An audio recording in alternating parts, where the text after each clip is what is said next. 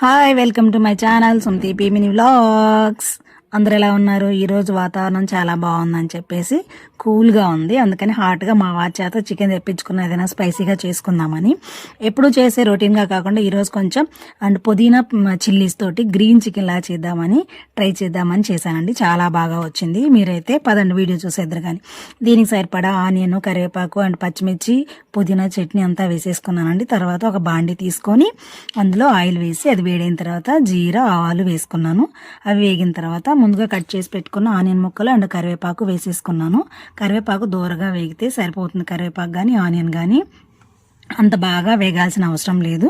తర్వాత ముందుగా శుభ్రంగా కడిగి పెట్టుకున్న చికెన్ కూడా వేసేసుకున్నానండి. చికెన్లో కొంచెం కళ్ళుప్పు అండ్ పసుపు వేసి చక్కగా మీడియం ఫ్లేమ్లో పెట్టుకొని కలితిప్పుకోవాలి. చూసారు కదా, చికెన్లో వాటర్ ఊరాయండి. మీడియం ఫ్లేమ్లో పెట్టి కలితిప్పుకోండి, చికెన్లో వాటర్ ఊరుతాయి.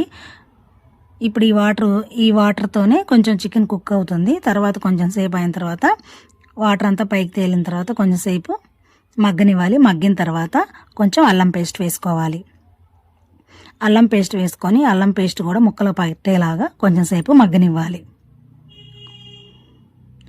అదంతా మగ్గిన తర్వాత ఆయిల్ పైకి తేలుతుందండి.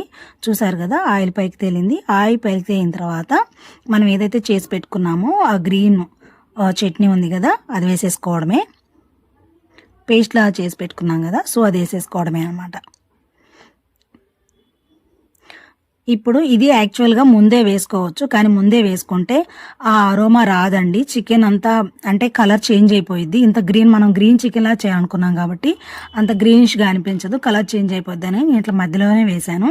ఇలా కూడా చక్కగా కుక్ అవుతుంది అనమాట. చికెన్ ఆల్రెడీ చికెన్ వాటర్తో అవుతుంది, ఇలా గ్రీన్ పేస్ట్ వేసాను కాబట్టి దీంతో కూడా కుక్ అయిపోతుంది. ఇప్పుడు కొంచెం ఇంట్లో తయారు చేసి పెట్టుకున్న ధనియా పౌడర్ అండ్ గరం మసాలా వేసేసుకున్నాను. మీడియం ఫ్లేమ్లో పెట్టుకొని కలితిప్పుకుంటూ ఉండాలి.